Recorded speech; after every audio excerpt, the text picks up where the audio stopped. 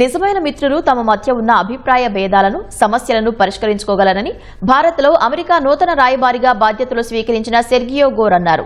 Bharat America మధ్య ద్వైపాక్షిక సంబంధాలు దెబ్బతిన్న నేపథ్యంలో ప్రధాని మోదీ అధ్యక్షుడు డొనాల్డ్ ట్రంప్లను ఉద్దేశిస్తూ ఆయన ఈ వ్యాఖ్యలు చేశారు.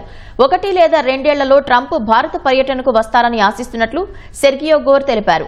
భారత్ అమెరికా మధ్య దౌత్య సంబంధాలను ఉన్నత స్థాయికి తీసుకెళ్లేందుకు తన వద్ద స్పష్టమైన ప్రణాళిక ఉందని చెప్పారు.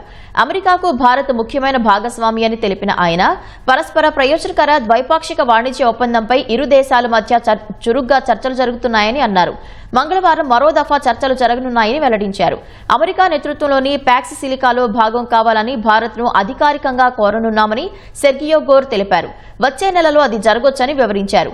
భద్రత, కౌంటర్ టెర్రరిజం, ఇంధనం తదితర రంగాల్లో ఢిల్లీతో కలిసి పనిచేయడాన్ని ఇక ముందు కొనసాగిస్తామని వెల్లడించారు. అమెరికాకు భారత్ కంటే ముఖ్యమైన భాగస్వామి మరొకరు లేరని వ్యాఖ్యానించారు.